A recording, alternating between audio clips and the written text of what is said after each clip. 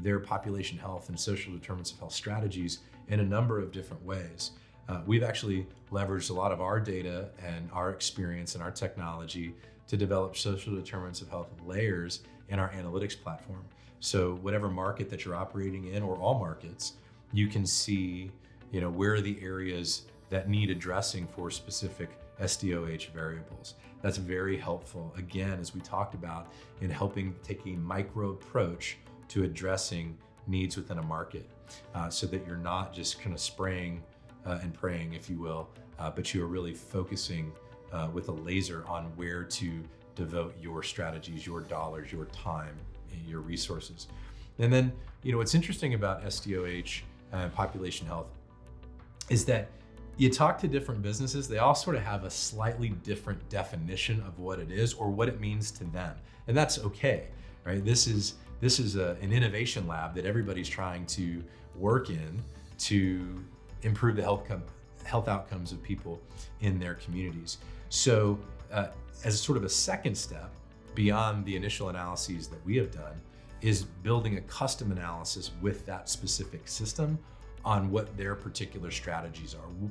What are they specifically trying to address, and how do we develop analytics and models that can help them understand where they need to spend the most time, where they need to deploy resources to improve those outcomes.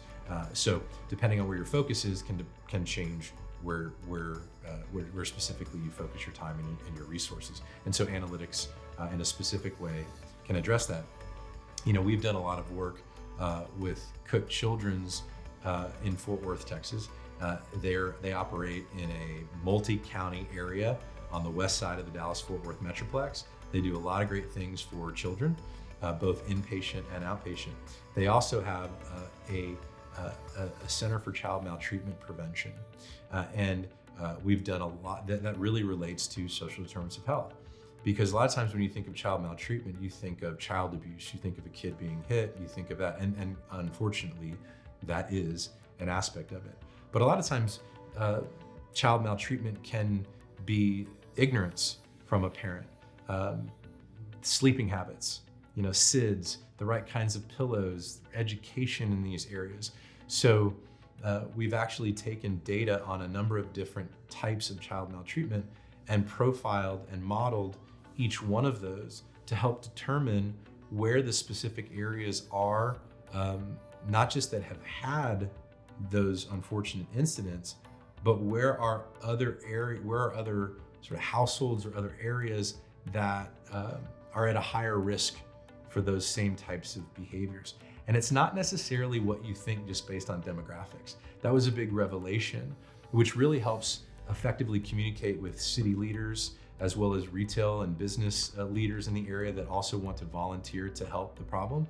Having data specifically expose the micro areas of where the most education is needed is certainly very important. So it's been a help in their efforts to reduce child maltreatment prevention by understanding where some of those specific things are. So for instance, with SIDS, understanding where some of those specific instances are where a child may suffocate from sleeping in the wrong way or with the wrong pillow or in a number of things, and working with local retailers in the area to have education campaigns within those specific stores.